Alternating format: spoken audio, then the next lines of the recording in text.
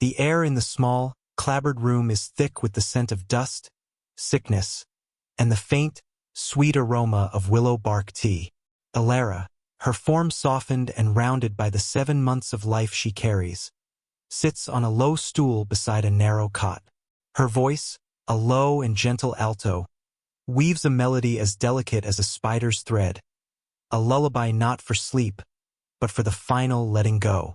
The old trapper lying on the cot, his breath a ragged whisper, seems to cling to the notes as if they are the last tether to a world already slipping from his grasp. His eyes, milky with age and the coming darkness, are fixed on a point beyond the rough-hewn ceiling. Alara sings of quiet streams and shady cottonwoods, of a peace that awaits beyond the pain.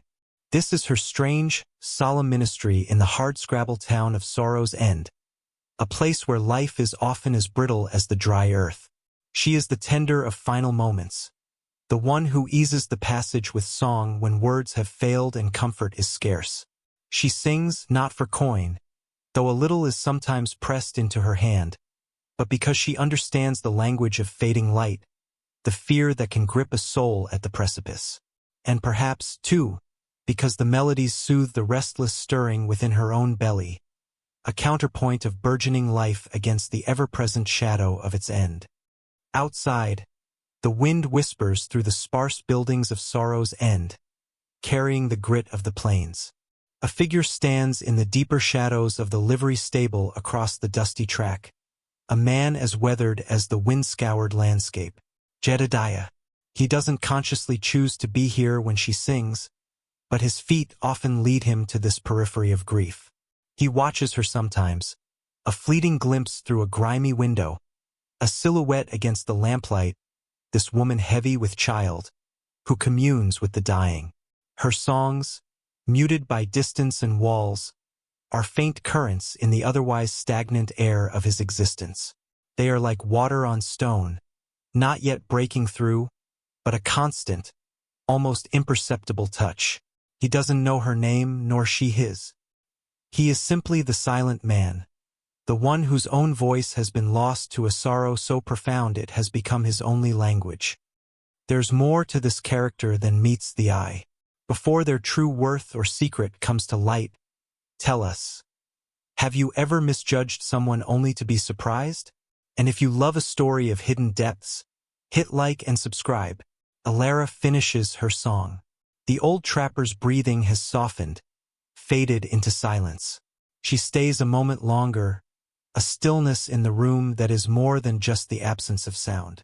Then, she rises, her movements careful, and steps out into the fading daylight, her hand resting instinctively on the curve of her belly. Jedediah melts back further into the shadows, a ghost in his own life, as she walks slowly towards the small, rented room at the back of Mrs. Henderson's boarding house. He feels the echo of her song, a vibration in the hollow chambers of his heart, and with 3 words, unspoken but felt deep within, she understands death. His world, and hers, began a slow, almost imperceptible tilt. Jedediah Thorne had once been a man of laughter and easy words, his voice a warm baritone that could soothe a spooked horse or coax a smile from his beloved Martha. Their ranch, nestled in a small, sheltered valley a day's ride from Sorrow's End, had been a place of burgeoning dreams, of hard work sweetened by shared love. Then came the fever, swift and merciless, snatching Martha and their 2-year-old son, Daniel, within a cruel week. Jedediah had dug their graves himself, his hands raw, his heart a gaping wound. The words he'd tried to speak over them had clotted in his throat, a strangled knot of pain that had never since loosened. He sold the ranch for a pittance, unable to bear the silence of the empty rooms, the phantom echoes of laughter. He drifted into Sorrow's End, taking sporadic work at the livery, his grief a shroud that kept the world at bay. His voice, once so full of life, had withered, and for 2 years, it had remained buried with his wife and child. Alara's past was less starkly defined in the eyes of Sorrow's End, more a collection of whispered conjectures. She had arrived on the stagecoach 3 months prior, alone, visibly pregnant, with a small, worn valise and an air of quiet dignity that discouraged prying questions, though it didn't entirely prevent them. Some said her husband had died of cholera on the trail west. Others hinted at abandonment. Alara offered no explanations. She found a small room, paid her rent with the last of her meager savings, and soon her unusual gift became known. It started when old Doc Miller, overwhelmed and weary, had a patient, a young man thrown from a horse, lingering in agony. Alara, waiting to see the doctor about a persistent cough, had heard the boy's frightened cries. Hesitantly, she'd asked if she might sit with him. Doc Miller, desperate, had nodded. She began to hum, then to sing softly, ancient lullabies her grandmother had taught her, songs of peace and rest. A strange calm had settled over the boy, his tormented thrashing easing, and he had passed within the hour, his mother weeping gratefully at Alara's side. The town of Sorrow's End was a hard place, carved out of an unforgiving land. It was a stopover for weary travelers, a supply point for isolated ranches, and a place where life's harsh realities were faced with a stoic fatalism. Death was a frequent visitor, whether from accident, sickness, or the occasional burst of violence that punctuated the monotony. Alara's role, unorthodox as it was, filled a need that few acknowledged but many felt. The minister, a stern, God-fearing man named Reverend Blackwood, offered prayers and scriptures, but Alara offered a different solace, something more elemental, a gentle hum against the final, roaring silence. The initial judgment of Alara had been sharp. A woman in her condition, alone, singing to the dying. It was unseemly, some whispered.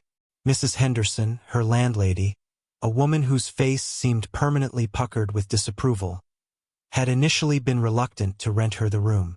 "It ain't natural, a woman like you, carrying on so," she'd sniffed, eyeing Alara's belly. But Alara's quiet persistence, and the undeniable comfort she brought to the bereaved, slowly softened some of the harsher edges of public opinion, though a current of suspicion and unease remained. Reverend Blackwood, in particular, watched her with a troubled gaze, perhaps seeing in her gentle, secular ministry a challenge to his own. Jedediah, from his silent vantage point, observed these dynamics. He saw the furtive glances, heard the hushed comments. He, better than anyone, understood the cold comfort of convention in the face of raw grief. The Reverend's platitudes had bounced off him like hail on a tin roof, but the woman's songs, they were different. They didn't promise salvation or explain loss. They simply acknowledged it, wrapped it in a melody, and made the unbearable, for a moment, a little less stark. Their shared world was the quiet desperation of Sorrow's End. The sparse cabin where Alara lived was at the poorer end of town, not far from the livery where Jedediah often slept in an empty stall, preferring the company of horses to the uneasy silence of a rented room. The land around them was vast and indifferent, the sky a canvas of dramatic sunrises and sunsets that seemed to mock the smallness of human struggles. In the evenings, after her somber duties, Alara would sit by her single window, mending her few clothes, her hand often resting on her belly, a silent conversation with the life within. Jedediah, if he was near, would sometimes see her silhouette, a small beacon of persistence in the gathering dusk. He felt no urge to speak, no desire to bridge the chasm of his silence, but a strange, unacknowledged awareness of her presence began to thread itself into the bleak tapestry of his days. He was the silent mourner. She was the voice for the final farewell. Their paths, though separate, ran parallel along the edge of the same abyss. One crisp autumn afternoon, Alara was returning from Doc Miller's, where young Timmy Carson, barely 10 years old, had finally succumbed to the lung fever that had plagued him for weeks. The boy's mother, hollow-eyed and numb, had clung to Alara's hand, whispering, "He looked so peaceful, listening to you." "Thank you," the words were a small balm, but the weight of the child's passing settled heavily on Alara's spirit. She walked slowly, her steps leaden, the wind tugging at her shawl. As she passed the blacksmiths, a group of rough-looking drovers, newly paid and already half-drunk, were lounging outside the saloon. One of them, a burly man with a leering grin, noticed her. "Well, looky here, boys. Ain't that the angel of death herself?" he called out, his voice coarse. His companions sniggered. Alara stiffened but kept walking, her gaze fixed ahead. "Hey, Angel!" the man shouted, emboldened by her lack of response and the liquor. "You singin' for anyone today? Maybe you could sing me a little tune? I got a powerful Hank errand for a lullaby." He took a stumbling step towards her. Fear, cold and sharp, pierced through Alara's weariness. She clutched her shawl tighter, her heart pounding. From the shadows of the livery across the street, Jedediah watched. He saw the man's aggressive posture, the fear in Alara's eyes. A muscle twitched in his jaw. He remained still, a statue of frozen grief, but something inside him, something long dormant, flickered a spark of protective anger. Before the drover could reach Alara, the blacksmith, a large, sober man named Gus, emerged from his forge, wiping soot from his brow with a massive forearm. "Leave her be, Cal," Gus said, his voice a low rumble. "She ain't troubling no one." Cal, momentarily checked by Gus's presence, sneered. "Just having a bit of fun, Gus. She looks like she could use some airin' up. What with her condition and her gloomy singin'." Alara's face flushed, but she held her head high and continued on her way, her pace quickening. The laughter of the drovers followed her down the street. Jedediah watched her disappear around the corner. Then his gaze returned to the drovers, lingering on Cal with an intensity that, had Cal noticed it, might have given him pause. He hadn't moved, hadn't uttered a sound, but the incident had lodged itself within him, a sliver of disquiet. He had witnessed a small cruelty, a casual meanness directed at the woman whose songs were the only fragile beauty in this desolate place. His silence, once a shield, felt, for a fleeting moment, like a failure. He turned and walked back into the deeper gloom of the livery, the scent of hay and horses a familiar, grounding presence. He picked up a curry comb and began to work on a placid mare. His movements methodical, but his mind was replaying the scene, the fear in Alara's eyes, the ugliness of the drover's taunts. He felt the old, familiar ache of helplessness, the same feeling that had consumed him at Martha's and Daniel's gravesides. But this time, it was mingled with a new, unwelcome emotion, a nascent anger on behalf of someone else. Later that evening, as a cold wind howled around the corners of Mrs. Henderson's boarding house, Alara sat by her small, smoky stove, trying to coax a little warmth into the room. Her encounter with the drovers had left her shaken. It wasn't the first time she'd faced unkindness, but today, with the sadness of Timmy Carson's death still fresh, it felt particularly harsh. She was alone, vulnerable, and the weight of her pregnancy seemed to press down on her, a constant reminder of her precarious situation. She needed firewood, her small pile dwindling rapidly, but the thought of venturing out to the woodpile behind the boarding house, where she might encounter other boarders or unfriendly eyes, made her hesitate. A soft thud outside her door made her start. She listened, her breath held. Silence. Cautiously, she rose and opened the door a crack. On her doorstep lay a small bundle of freshly split kindling, and 2 sturdy logs were enough for a decent fire. There was no one in sight. Puzzled, but grateful, Alara gathered the wood. As she built up the fire, the flames casting dancing shadows on the rough walls, she wondered about her anonymous benefactor. It was a small kindness, unexpected, and it warmed her more than just the physical heat of the fire.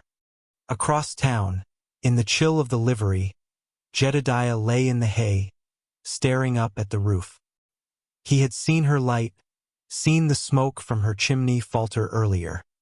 He'd taken the wood from the livery's own supply, a silent offering. He didn't question the impulse.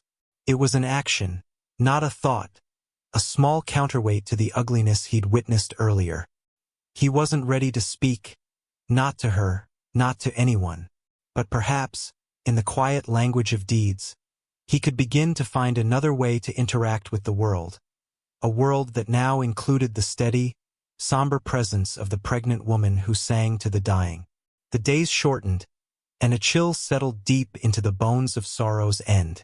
Alara continued her quiet ministry, her presence at the bedsides of the fading a familiar, if still somewhat unsettling, part of the town's rhythm.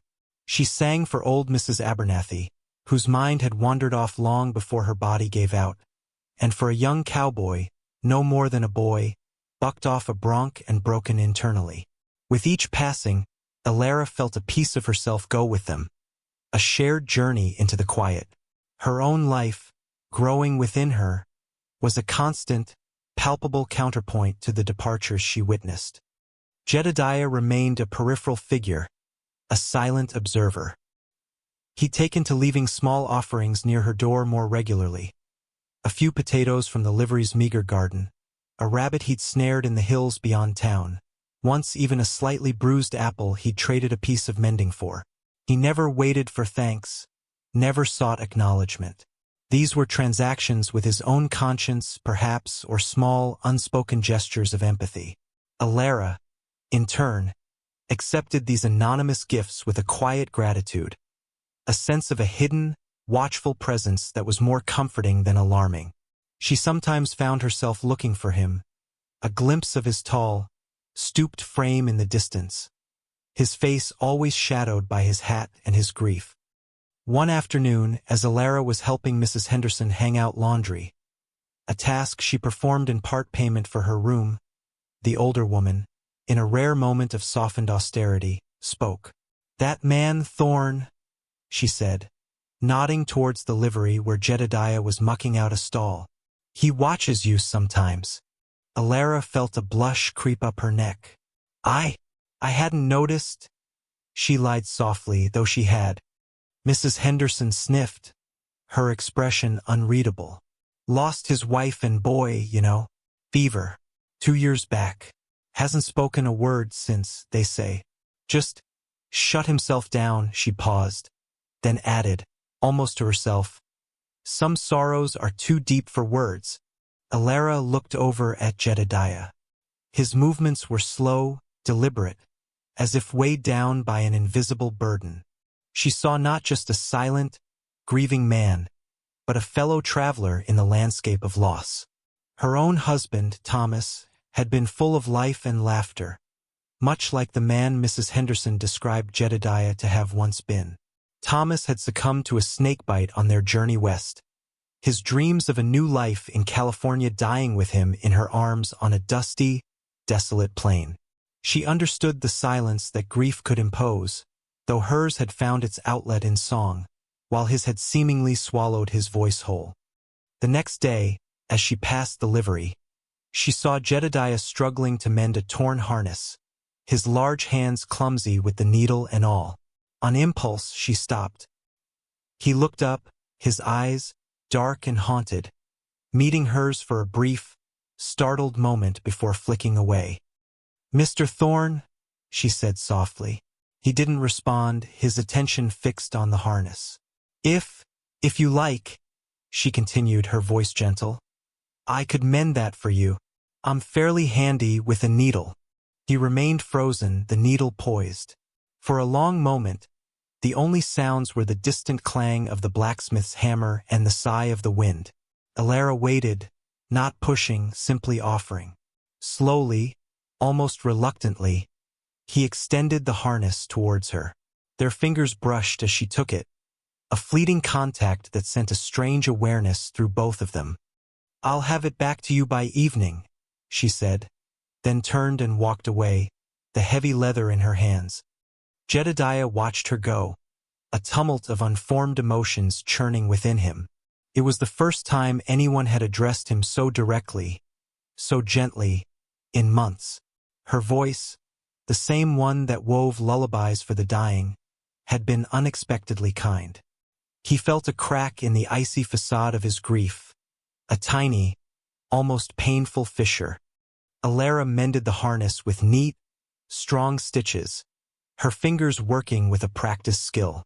As she sewed, she thought of the man Jedediah Thorne. His silence was a wall, but she sensed it was a wall built of pain, not malice. When she returned the harness that evening, she found him grooming a horse. She laid the mended harness on a nearby barrel. "It's done, Mr. Thorne," she said. He stopped his grooming, turned, and looked at the harness. Then his gaze lifted to her face. He gave a curt, almost imperceptible nod. It wasn't much, but it was an acknowledgement, a flicker of connection in the vast wilderness of his isolation. As Alara walked away, she felt a small, quiet satisfaction. Perhaps even the deepest silences could be breached, not with loud demands, but with gentle persistence. Winter began to close its icy grip on sorrow's end. Snow fell, blanketing the town in white, muffling sounds, and making the small comforts of fire and shelter all the more precious. Alara, now heavily pregnant, found her duties more challenging. The cold seeped into her bones, and the walks to the homes of the sick and dying became arduous. Her anonymous benefactor continued his small kindnesses, a bit more firewood, a warm, if somewhat lumpy, woolen scarf she found on her doorstep one morning, smelling faintly of hay and horses. One particularly bitter afternoon, Doc Miller sent word. Old Man Hemlock, a reclusive prospector who lived in a tiny shack on the edge of town, was fading fast.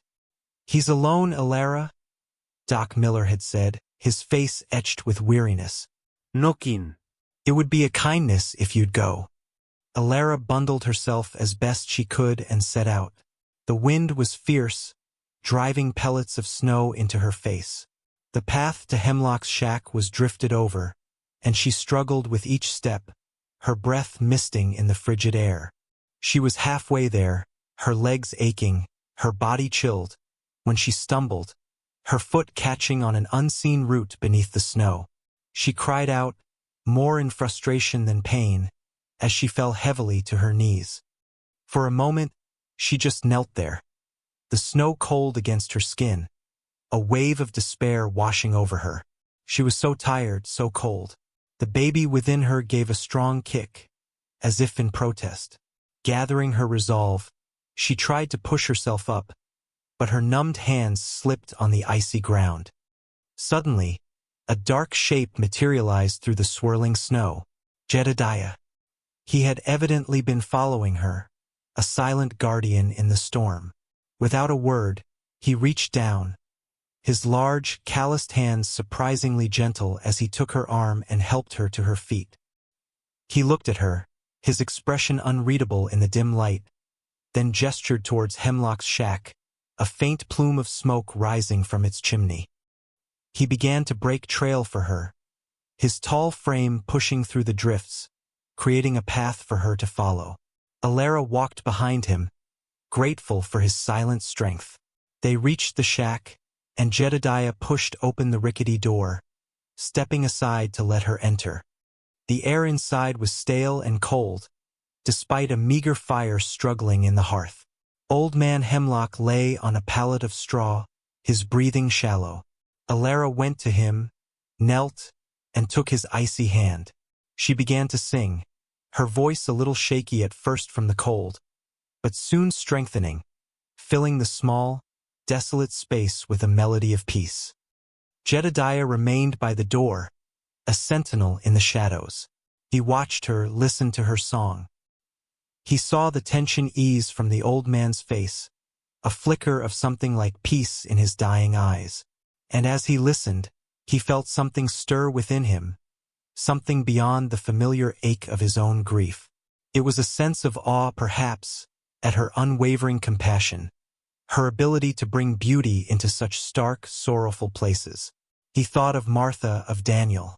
He had had no songs for them, only a choked, silent agony.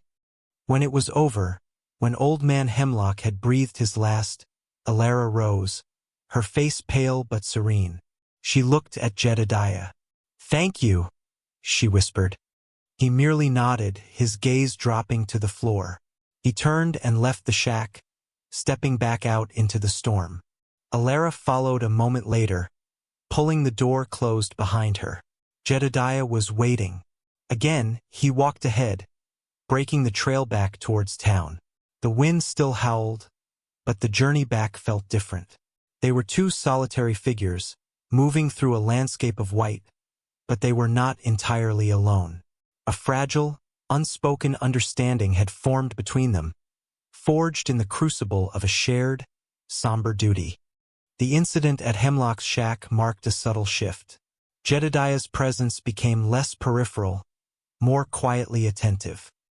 He didn't speak, but his actions began to form a silent language of care. If he saw Alara struggling to carry a bucket of water from the town well, he would appear as if from nowhere, take the bucket and carry it to her door. He ensured her woodpile never dwindled too low. Once, he even left a small, crudely carved wooden bird on her windowsill, a creature of flight and song, a stark contrast to the silence he inhabited. Alara, in turn, accepted his help with quiet grace.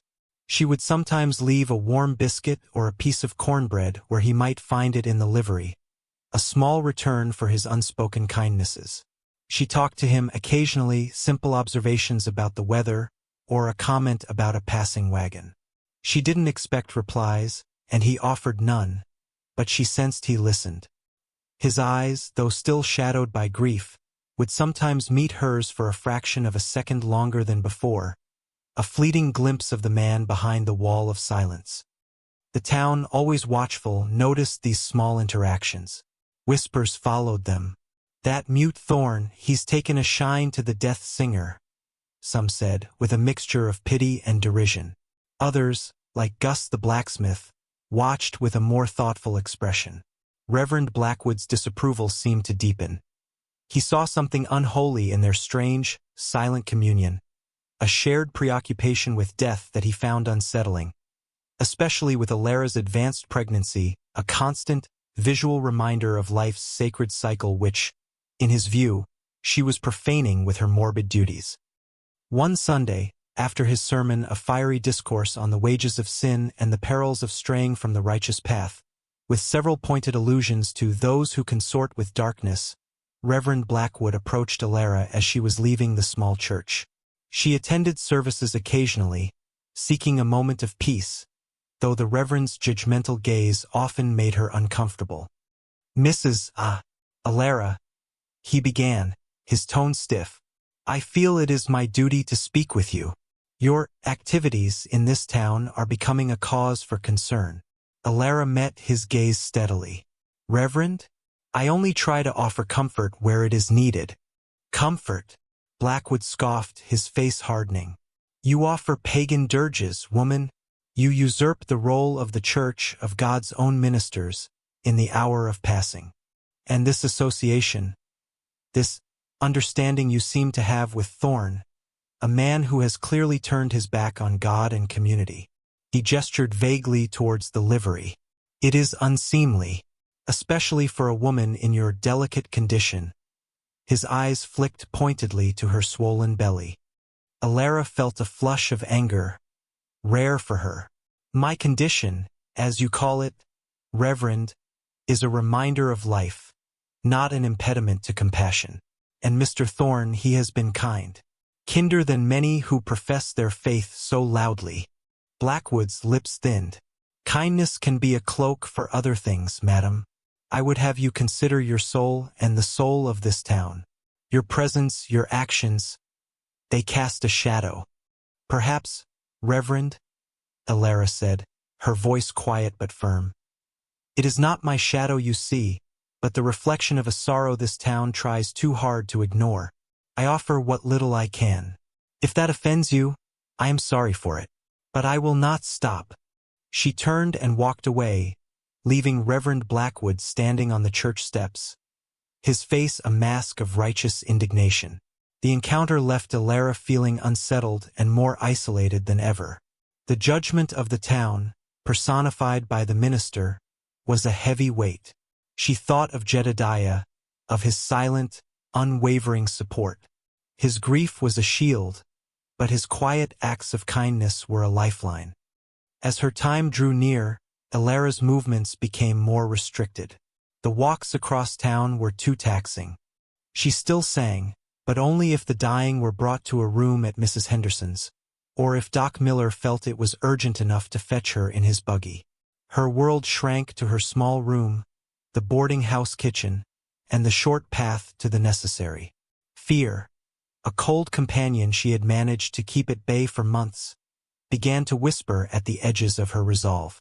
She was alone, and the birth of her child, once a distant promise, was now an imminent, daunting reality. Jedediah seemed to sense her growing vulnerability. His silent watchfulness intensified. He made sure her path to the outhouse was always cleared of snow and ice. He left small bundles of dried herbs, chamomile and raspberry leaf, that Mrs. Henderson, in a surprising show of gruff kindness, told her were good for. Women in your way. Alara knew, without being told, that Jedediah was the source. One evening, a fierce blizzard descended upon Sorrow's End, trapping everyone indoors. The wind shrieked like a banshee, rattling windows and doors. Alara lay on her narrow bed, a sharp, unfamiliar pain gripping her lower back. Came and went, a tightening then an easing. She knew the signs. Her time was upon her. Panic, cold and sharp, seized her. Mrs. Henderson was on the other side of the house, likely asleep. Doc Miller was miles away, possibly snowed in at some outlying ranch. Another pain, stronger this time, arced through her. She cried out, a small, involuntary sound. The baby.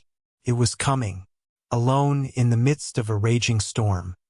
She tried to rise, to call for Mrs. Henderson, but a wave of dizziness swept over her. She sank back onto the bed, her breath coming in ragged gasps. Fear threatened to overwhelm her. She closed her eyes, trying to draw on some inner strength, some reserve of courage. She thought of her mother, of her grandmother, of all the women who had faced this trial before her. And then, strangely, she thought of Jedediah, his steadfast, silent presence. A sudden, loud banging on her door made her jump. Not her room door, but the outer door of the boarding house wing where her room was located. Then Mrs. Henderson's flustered voice. Who is it? In this storm? A deeper sound, muffled by the wind, but insistent. More banging. Alara heard Mrs. Henderson unlatch the door, then an exclamation of surprise. Mr. Thorne! What on earth? Silence. Then the heavy tread of boots approaching her room. A knock on her door, firm but not aggressive. Alara? Mrs. Henderson's voice, now laced with concern. Mr. Thorne, he seems to think. Are you all right, dear? Alara couldn't speak. Another contraction, fiercer than the last, stole her breath. She moaned, a sound of pure agony. The door creaked open. Mrs. Henderson peered in, her face pale in the dim lamplight. Behind her, filling the doorway, was Jedediah. His face was unreadable, his eyes fixed on Alara. Snowflakes clung to his hat and shoulders. He must have been out in the storm, had somehow sensed her distress. She's in labor, Mrs. Henderson said, her voice hushed. Land sakes, in this blizzard. Doc Miller will never make it, she wrung her hands. I ain't delivered a baby in 30 years. Jedediah stepped past Mrs. Henderson into the small room. He looked at Alara, then around the sparsely furnished space. His gaze was intense, focused. He saw her fear, her pain. For a moment, he stood motionless, a dark, silent figure against the raging storm outside.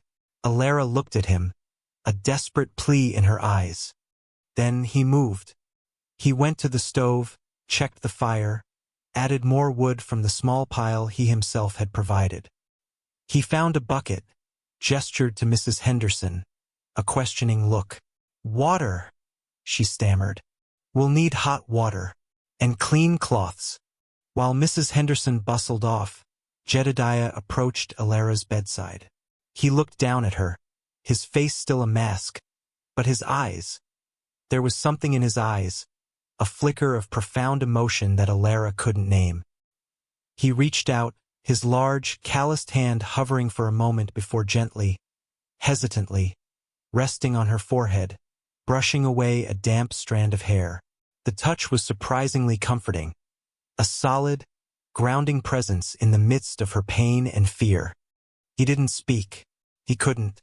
But in that moment, his presence was more eloquent than any words. He was there. He would not leave her to face this alone. The hours that followed were a blur of pain, fear, and exhaustion for Alara. Mrs. Henderson, her initial panic giving way to a practical competence remembered from her youth, did her best to assist, muttering instructions and words of encouragement. Through it all, Jedediah remained. He kept the fire going, fetched and carried, his silent presence a steady anchor in the storm-tossed room. He tore strips from a clean linen sheet when Mrs. Henderson called for more cloths. He held a cup of water to Alara's lips between contractions. He didn't flinch from the raw, elemental reality of childbirth. He simply did what needed to be done, his movements economical and purposeful.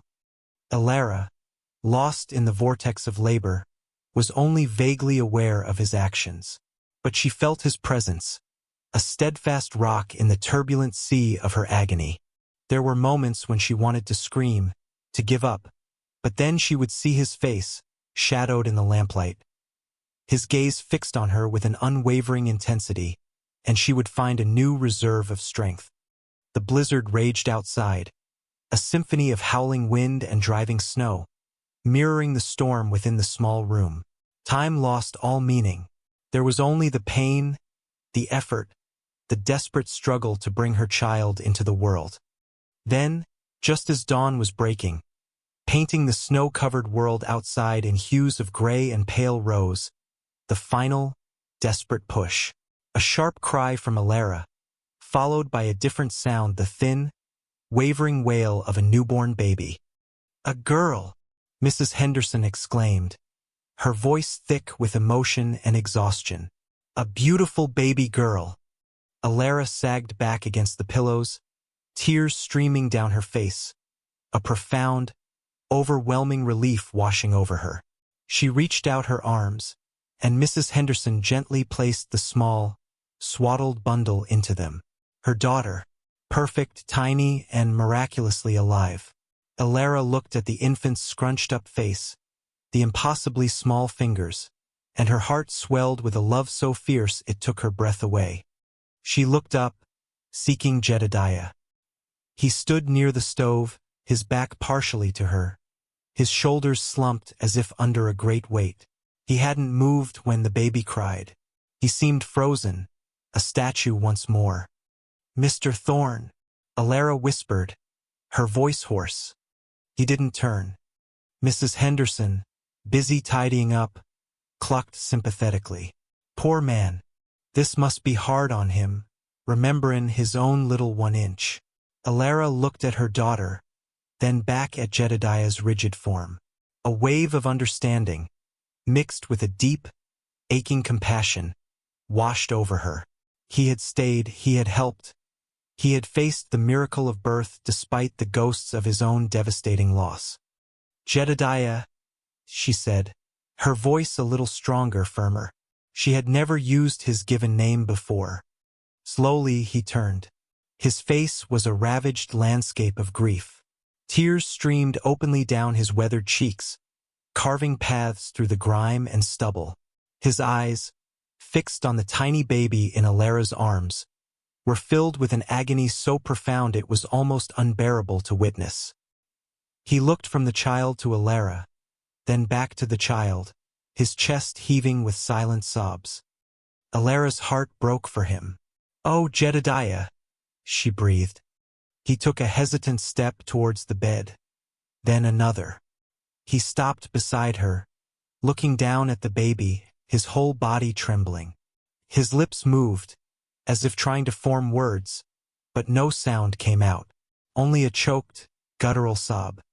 "She's beautiful, isn't she?"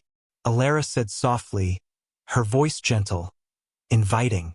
She shifted slightly, angling the baby so he could see her better.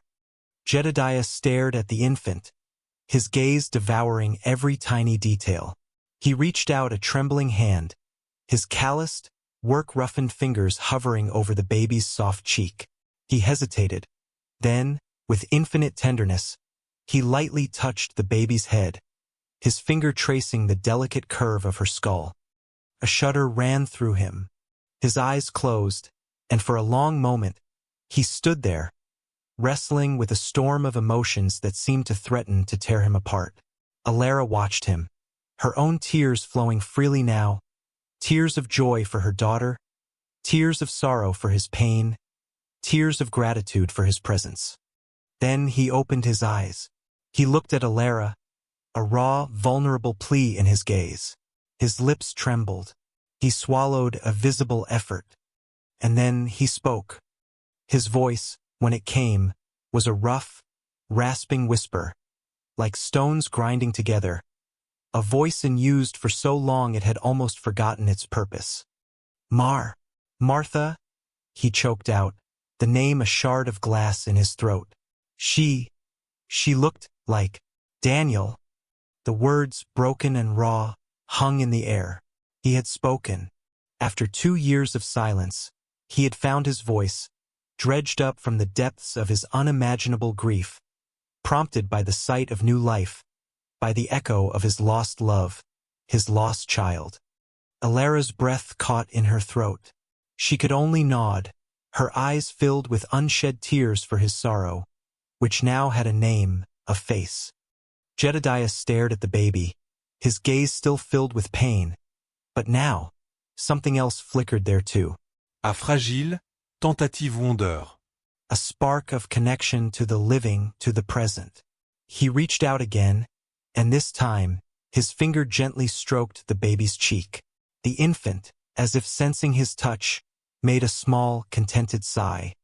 A watery smile, the first Alara had ever seen on his face, touched his lips. It was a hesitant, fragile thing, like a winter flower pushing through frozen ground. But it was there. "A new song," he whispered, his voice still hoarse, but clearer now. He looked at Alara, then at the baby. "She needs a lullaby." And then, to Alara's utter astonishment, Jedediah Thorne, the grieving, silent cowboy, began to hum. It was a broken, hesitant tune, a melody almost lost to memory, but it was there. A fragment of a lullaby, perhaps one he had once hummed to his own son. He looked at Alara, a question in his eyes. Tears streaming, Alara nodded, and her own voice, soft and pure, joined his, weaving a new lullaby, a song of hope and new beginnings, a song that embraced the sorrow of the past and the fragile promise of the future. Their voices, one newfound and hesitant, the other clear and practiced, mingled in the quiet room, a counterpoint to the fading fury of the blizzard outside. Mrs. Henderson, standing by the window, wiped her eyes and quietly slipped out of the room, leaving them to their song, to the miracle of birth, and the resurrection of a lost voice.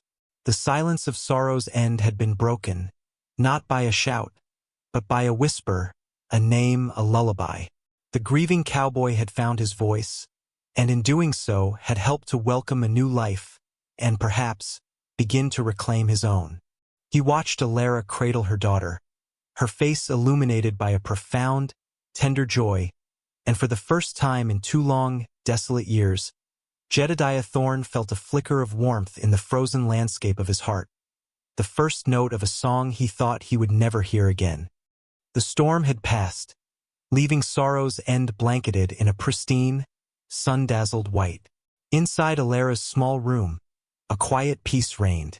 The baby, whom Alara had named Hope, slept soundly in a makeshift cradle Jedediah had fashioned from a sturdy wooden box, softened with clean straw and one of his own flannel shirts. Alara, weary but radiant, rested in her bed. Jedediah sat on a low stool nearby, his large hands resting on his knees, his gaze often drifting to the sleeping infant. He had spoken more since those first, fractured words.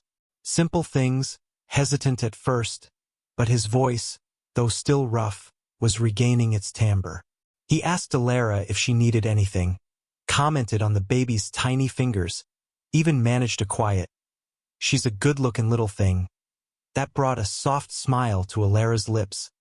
Mrs. Henderson, her initial shock replaced by a motherly fussing, brought broth and warm bread. Doc Miller finally made it through later that day, pronounced both mother and child healthy, and regarded Jedediah with a look of open astonishment when the cowboy answered his questions in quiet, concise sentences. "Well, I'll be," Doc Miller had muttered, shaking his head. "Miracles still happen, it seems." The news of Jedediah Thorne speaking again, and the circumstances surrounding it, spread through Sorrow's End like wildfire. Some were skeptical, others openly amazed. Reverend Blackwood maintained a stony silence, his earlier pronouncements now seeming churlish in the face of such an undeniable human event. A few days later, Alara was strong enough to sit up in a chair by the window, holding hope. Jedediah entered quietly, carrying a small, carefully wrapped bundle. He had taken to checking on them several times a day, his presence a quiet comfort. "For the little one," he said, his voice still a bit gravelly, as he handed Alara the package. She unwrapped it to find a beautifully carved wooden rattle, smooth and perfectly sized for a baby's grip. On its side, a tiny, intricately carved bird was depicted in flight. Alara looked up at him, her eyes shining. "Jedediah, it's beautiful. Did you make this?" He nodded, a faint flush rising on his weathered cheeks. "Had to do something with my hands. Something other than remembering." "Thank you," she whispered, her voice thick with emotion. "She'll treasure it." He looked at Hope, then at Alara, a gentle, almost peaceful expression on his face. "She brought light," he said softly. "And your songs? They kept a part of me alive, even when I didn't know it." Alara reached out and laid her hand briefly on his arm. "And your silence, Jedediah, spoke volumes when I needed it most. You were there." A comfortable quiet settled between them, filled only by the baby's soft breathing and the distant sounds of the town slowly coming back to life after the blizzard. He was no longer just the grieving cowboy, and she was no longer just the woman who sang to the dying. They were two souls who had found an unlikely connection in the shadow of loss, drawn together by compassion, by shared humanity, and now, by the presence of a new life. He looked at the tiny child, a life just beginning, and then at Alara, her face soft in the winter light, humming a gentle tune to her daughter. He felt the stirrings of a melody in his own heart, a quiet song of possibility, fragile yet persistent, like the first wildflowers of spring pushing through the last snow. The voice he had lost to sorrow had been found in the act of caring, and the lullabies that once only marked endings now heralded a new, uncertain, but hopeful beginning. Thanks for watching. If you believe in compassion overcoming prejudice and finding love in unexpected places, give this story a like and subscribe for more. This story showed love and heroism where least expected. What was your favorite moment of connection between them? Tell us in the comments.